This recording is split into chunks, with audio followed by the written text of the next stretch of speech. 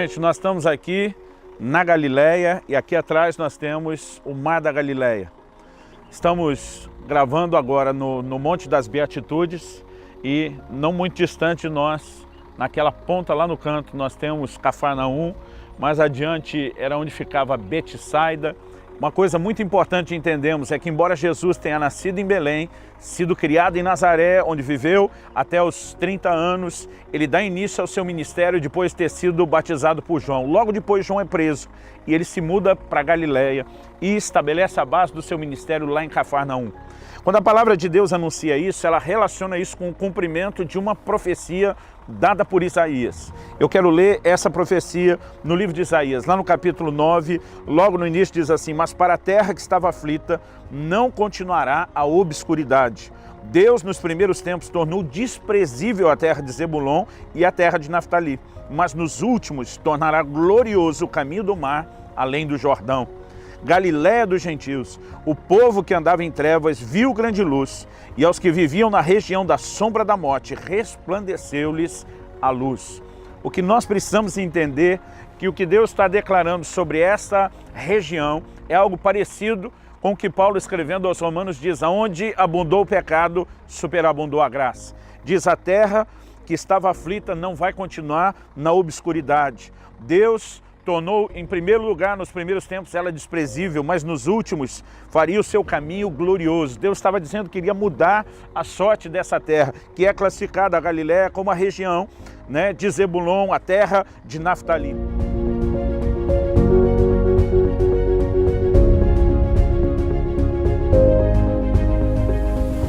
Estamos no Monte das Beatitudes, ou o Monte das Bem-aventuranças, conhecido como o Monte Eremos.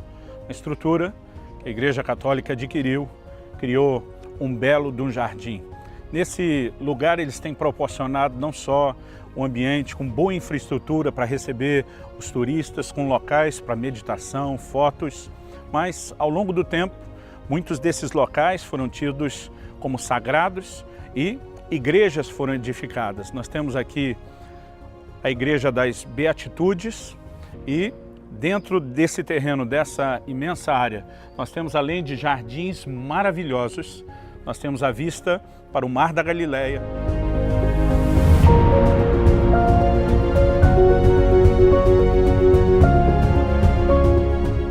Algo interessante aqui em Israel é que em todo lugar para onde nós vamos, é a quantidade de oliveira que nós encontramos. Essa é uma árvore muito comum aqui, Em alguns lugares aqui a gente consegue chegar, tirar a azeitona direto do pé.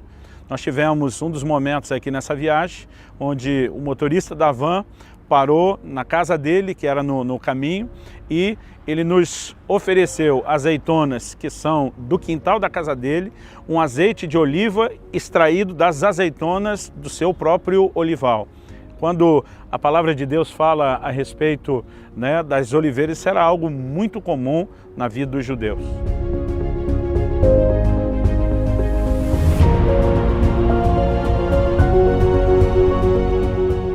O Monte das Bem-aventuranças, ele tem vista para a planície de Genezaré, numa extensão de mais ou menos 6 quilômetros de comprimento.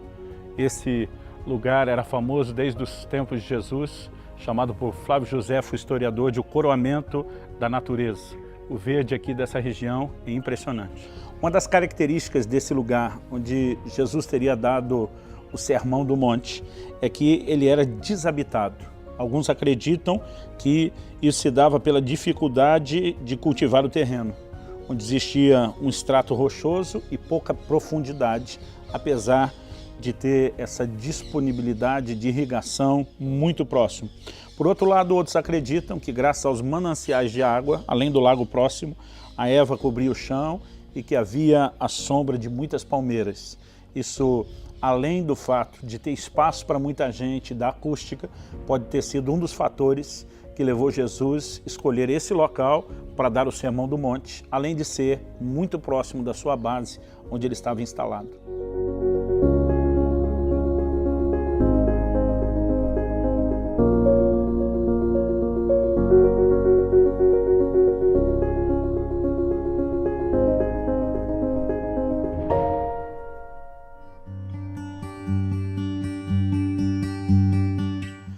Em Mateus, no capítulo 5, do versículo 21 até o versículo 26, nós lemos a seguinte declaração de Jesus no seu Sermão do Monte. Ouviste o que foi dito aos antigos, não matarás, e quem matar estará sujeito a julgamento. Eu, porém, vos digo que todo aquele que sem motivo se irar contra seu irmão estará sujeito a julgamento. Quem proferir um insulto a seu irmão estará sujeito a julgamento do tribunal. E quem lhe chamar tolo estará sujeito ao inferno de fogo. Se, pois, ao trazeres ao altar a tua oferta, ali te lembrares que teu irmão tem alguma coisa contra ti, deixa perante o altar a tua oferta, vai primeiro reconciliar-te com teu irmão, e então, voltando, faze a tua oferta. Entre em acordo sem demora com o teu adversário, enquanto estás com ele a caminho, para que o adversário não te entregue ao juiz, o juiz ao oficial de justiça, e sejas recolhido à prisão. Em verdade te digo que não sairás dali, enquanto não pagares o último centavo. Nessa declaração do Senhor Jesus, nós já reconhecemos e ensinamos antes que ele por várias vezes diz, ouviste o que foi dito aos antigos, uma clara alusão à lei de Moisés. Mas logo depois ele diz, eu porém vos digo, e ele está falando da nova aliança, do ensino para o nosso tempo e para os nossos dias. Jesus começa dizendo, ouviste o que foi dito aos antigos, não matarás. Quando ele diz, eu porém vos digo, nós vamos atualizar isso, nós vamos levar isso para um outro nível. E aí o Senhor Jesus fala a respeito de não insultarmos o irmão, de não nos irarmos contra o irmão, de não chamar ninguém até mesmo de tolo. E aqui Jesus nos mostra as consequências da falta de um bom relacionamento ou da ausência do perdão. O Senhor diz, se você souber que alguém tem algo contra ti, vai reconciliar com ele. E o Senhor compara a não reconciliação, o não perdão, ou o ato de cometer um insulto ou ferir o irmão, no mesmo nível e no mesmo patamar que o homicídio. Isso me chama muito a atenção, porque quando a gente olha que Jesus coloca os problemas de relacionamento no mesmo nível do homicídio, a gente percebe o quão agressivo aos olhos de Deus são os problemas que criamos na dimensão dos relacionamentos. Aliás, eu acredito que a tendência de muitos, e eu tenho visto essa evidência no comportamento de muitos cristãos, é acreditarem que a falta de perdão ou os problemas de relacionamento não são algo assim tão sério na perspectiva espiritual. Eles até reconhecem ser uma espécie de problema emocional, relacional, mas não conseguem enxergar que isso é um problema espiritual. Mas se você pensar que Jesus está colocando isso praticamente no mesmo patamar de julgamento que o homicídio, não dá para simplesmente dizer que esse é um assunto sem importância ou que é o tipo de erro que simplesmente passa desapercebido ou que não tem consequências. Nós precisamos aprender a mensurar a consequência de um pecado para então entender o peso e o impacto que ele tem na vida de quem o comete. E quando a gente consegue avaliar essa dimensão, por exemplo, quando o Senhor Jesus fala sobre o perdão, e aqui não é o único local, por várias vezes no Sermão do Monte Jesus toca no assunto, nós vemos que logo depois da oração, da chamada oração do Pai Nosso, por nós, a Bíblia não chama assim, Jesus fala, se vocês não perdoarem aos homens as suas ofensas, também o Pai Celestial não perdoará as ofensas de vocês. Ele está dizendo que não perdoar alguém pode me levar ao lugar e à condição de não ser perdoado por Deus. Então, como que a falta de perdão pode ser sequer imaginada, concebida por um cristão como algo sem importância? Se isso me leva a bloquear completamente a minha relação com Deus, a não ter perdão para mim. No livro de Hebreus, no capítulo 12, a palavra do Senhor nos diz o seguinte, Hebreus, capítulo 12, versículo 14, ele diz, segui a paz com todos e a santificação, sem a qual ninguém verá o Senhor. Normalmente a gente usa esse texto para falar da santificação e que sem santificação a gente não vê a Deus. Mas antes de falar da santificação, ele diz, seguir a paz com todos. O que é seguir a paz com as pessoas? A Bíblia está falando de uma linha de relacionamento livre, desobstruída. Aliás, é fácil entender isso quando no versículo seguinte ele diz, atentando diligentemente, porque ninguém seja faltoso, separando-se da graça de Deus, nem haja alguma raiz de amargura que brotando vos perturbe e por meio dela muitos sejam contaminados. A palavra de Deus diz que a raiz de amargura contamina não só a própria pessoa que está amargurada, mas vai contaminar outras pessoas à sua volta. E quando ele fala de seguir a paz, essa declaração de seguir a paz precede essa, de ninguém ser faltoso, e ele usa a expressão separando-se da graça de Deus. Problemas de relacionamento não afetam apenas a nossa relação com as pessoas, afetam a nossa relação com Deus. Nos leva a esse lugar que Jesus falou de não receber perdão, que o autor de Hebreus classifica como separar-se da graça de Deus, como um ato que me leva a estar separado da graça de Deus e do fluxo do perdão de Deus sobre a minha vida, pode ser considerado por algum de nós como algo sem importância, de forma alguma. Nós precisamos entender não só a gravidade desse pecado, como também a seriedade das consequências desse pecado grave. Aliás, falando em consequências, é importante que a gente entenda que problemas relacionais que estabelecemos na horizontal com as pessoas, eles se tornam um problema vertical no nosso relacionamento com Deus. Nós não podemos simplesmente separar uma coisa da outra. Jesus disse, quando você não perdoa alguém, você também não será perdoado por Deus. Ou seja, estar com um problema de relacionamento com alguém pode afetar diretamente o meu próprio relacionamento com Deus. É simples desse jeito como o Senhor Jesus está declarando. E nós percebemos que essa declaração pode ser entendida de que a relação horizontal afeta a vertical em diversos textos da Bíblia. Por exemplo, em 1 de Pedro, no capítulo 3 e no versículo 7, a palavra de Deus nos diz que os maridos devem tratar suas esposas com honra, como vaso mais frágil. Quando ele está falando do vaso mais frágil, ele não fala de fragilidade física, como se a mulher não tenha a mesma força bruta que o homem para carregar peso. Porque se por um lado talvez ela não tenha esse tipo de força, na resistência à dor elas ganham da gente goleada. Quando a Bíblia fala de um vaso mais frágil, está falando de alguém que emocionalmente sente mais. É por isso que Paulo, escrevendo aos Colossenses, diz, maridos, não tratem as vossas esposas com aspereza. A Bíblia está falando de um cuidado nesse nível de relacionamento que não as fira, que não as machuque. Agora, quando entendemos que essa é a declaração de Pedro, tratem com honra como vaso mais frágil, vamos ver como ele termina a frase. 1 de Pedro 3,7 diz, para que não sejam impedidas as vossas orações. O apóstolo está nos dizendo que quando criamos um problema de relacionamento com as nossas esposas, nós não vamos permanecer apenas com um problema em casa, debaixo do teto, não vamos apenas comprometer a qualidade de vida emocional do relacionamento, mas a Bíblia diz as orações serão impedidas, porque o fluxo de comunhão e comunicação com Deus será diretamente afetado. Aliás, é disso que o apóstolo Paulo fala quando escreve a Timóteo. E ele diz, eu quero, pois, que os homens orem em todo lugar, levantando mãos santas, sem ira nem contenda. Quando ele fala de levantar mãos santas, qual é a definição das mãos santas? Ele diz, sem ira e nem contenda.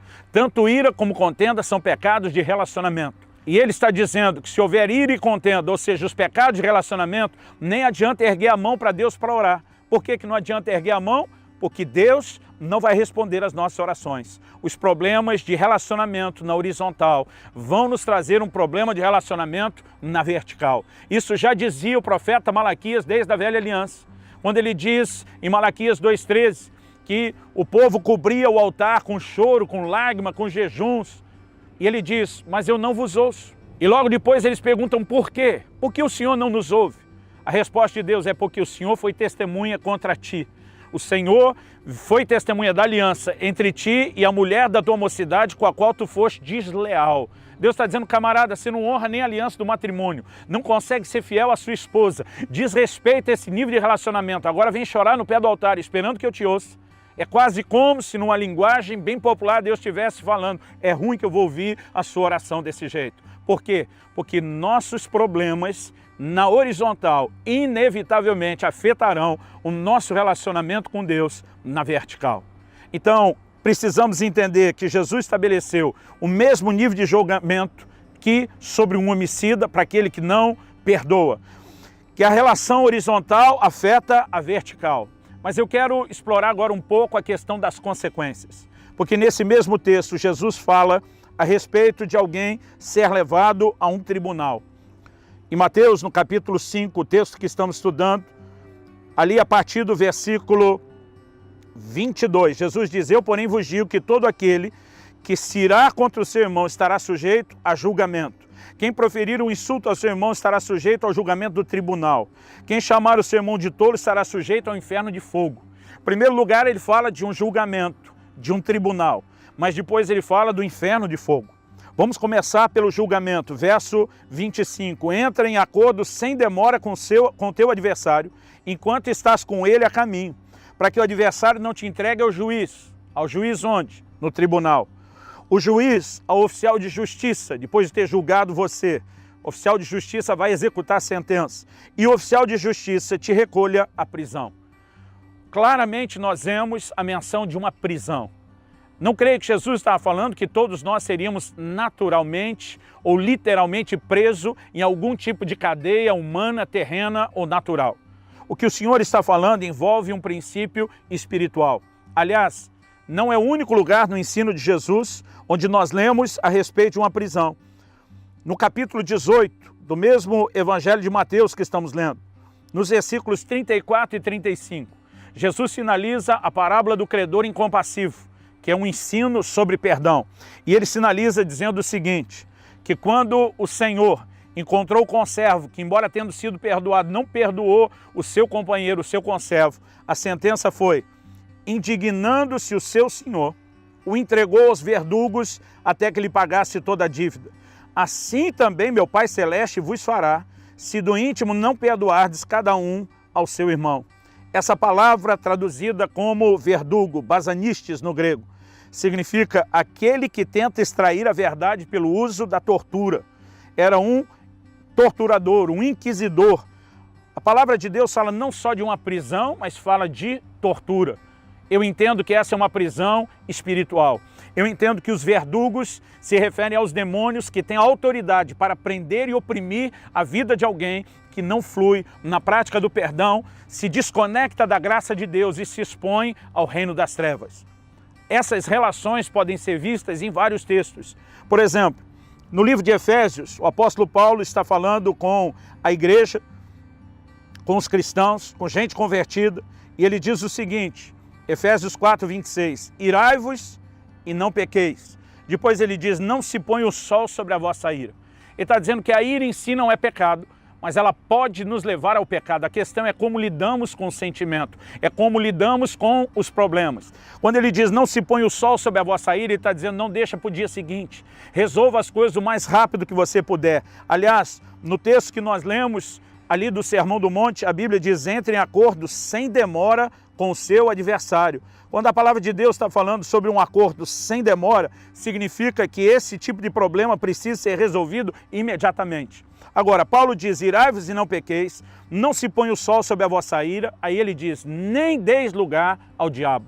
Há uma conexão entre não resolver os problemas de relacionamento ligado à ira e dar lugar ao diabo. Acredito que essa prisão é uma prisão espiritual. Acredito que muita tortura está sendo experimentada na vida daqueles que se recusam a perdoar. É impressionante o como a própria ciência tem acompanhado e descoberto quantas enfermidades estão relacionadas a esses problemas emocionais. Mas acredito que isso não são apenas problemas emocionais desencadeando um desequilíbrio no corpo, é uma exposição ao reino espiritual. Precisamos entender que o perdão não é uma opção. Não é meramente um conselho de Jesus, é uma ordem, é uma declaração. A não obediência dessa ordem é um pecado com consequências sérias que nos leva a não ser perdoado, a desconectar de Deus e a estar debaixo de juízo. Quando nós olhamos nessa perspectiva o que Jesus está falando, nós precisamos entender, não é um assunto qualquer, não é um assunto sem importância. A palavra de Deus fala a respeito de Elias e diz que ele era semelhante a nós, sujeito aos mesmos sentimentos. Todos nós temos inclinações a sentir a indignação, a nos irarmos, a nos deixarmos muitas vezes ser feridos e machucados. A questão não é se seremos ou não expostos a esse tipo de situação. A questão é como lidamos com isso.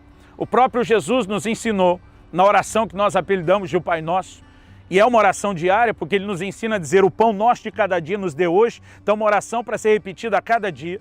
Ele nos ensinou a orar dizendo, não nos deixe cair em tentação. Uma delas é guardar rancor no coração contra as pessoas. E ele nos ensinou a dizer, perdoa as nossas dívidas, assim como perdoamos os nossos devedores. Isso significa que se eu e você oramos todos os dias para que Deus nos perdoe na mesma proporção em que perdoamos, nós nos mantemos conscientes do quão sério é esse assunto e do quão sério são as repercussões de não perdoar alguém.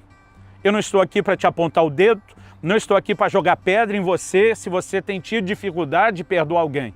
Estou aqui para te ajudar a não ir para essa prisão, ou se você já está nela, para te ajudar a sair dessa prisão, através de um posicionamento de obedecer o que Jesus falou e de perdoar e liberar perdão. Nos próximos minutos, nós queremos ter uma conversa de aplicação prática que possa ajudá-lo em relação a essas verdades que você ouviu. Fique conosco.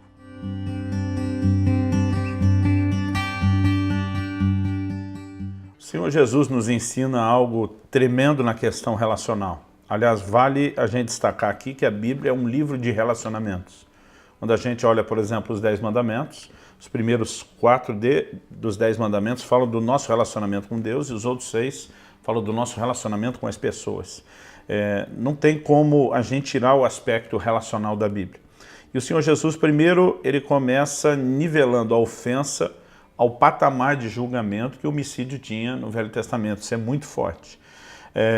Inicialmente, o tom da conversa de Jesus é sobre a gente se irar contra o irmão, é sobre a gente proferir uma palavra contrária ao nosso irmão. Ele está falando da gente evitar praticar a ofensa. É por onde a conversa começa. Mas ela termina falando também, se você souber que o seu irmão tem algo contra você, né, vai consertar as coisas. Então, eu acho que nós temos que olhar os dois aspectos. O primeiro, ele está dizendo que a gente não deveria ofender. O segundo é, se a gente descobre que ofendeu, seja intencional ou não, a gente tem que procurar consertar, né? O problema é que muitas vezes, quando a gente fere pessoas, às vezes a gente fica se justificando, não foi nossa intenção, foi melindre da pessoa, eu não queria isso, né? Ou às vezes a gente até pode acabar entrando naquela interpretação equivocada de que o tempo resolve todas as coisas, o tempo deixa, né, com que tudo se apague. Na verdade, a palavra de Deus nos ensina a consertar situações depressa, sem demorar. Exatamente, a Bíblia até diz, né, que não podemos deixar o sol se pôr enquanto estivermos irados, né? Então isso também faz sentido com o perdão. A gente não pode ir para a cama magoado com algo. Se Deus está dando esse conselho para nós, é óbvio que a gente segurando mágoa, não perdoando alguém, isso vai nos machucar, né? Especialmente no longo do tempo. Então é muito importante a gente consertar isso, ir atrás, e é uma escolha, né? A gente tem que escolher perdoar a pessoa, não é uma coisa que vai acontecer à noite pro dia, mas que tem que acontecer logo e rápido, né? Eu vejo muitas pessoas não perdoando e elas acham, eu não vou perdoar, e aquela pessoa vai sofrer com isso. E assim como eu sofri, ela vai sofrer também. Ela acha que ela coloca só a pessoa nesse lugar. Mas a verdade é que quando alguém não perdoa, ela fica presa, tanto a pessoa que ela está retendo de perdoar, como ela mesma. E essa falta de perdão vai trazer muitas vezes doenças, né, na sua emoção e também até física mesmo. Hoje é comprovado, né, que várias doenças elas são reflexo de coisas emocionais não trabalhadas, né? Tem a consequência espiritual, emocional e até mesmo física. Então é algo muito importante que a gente precisa trabalhar e não deixar para amanhã. Tem coisa para perdoar, perdoa hoje.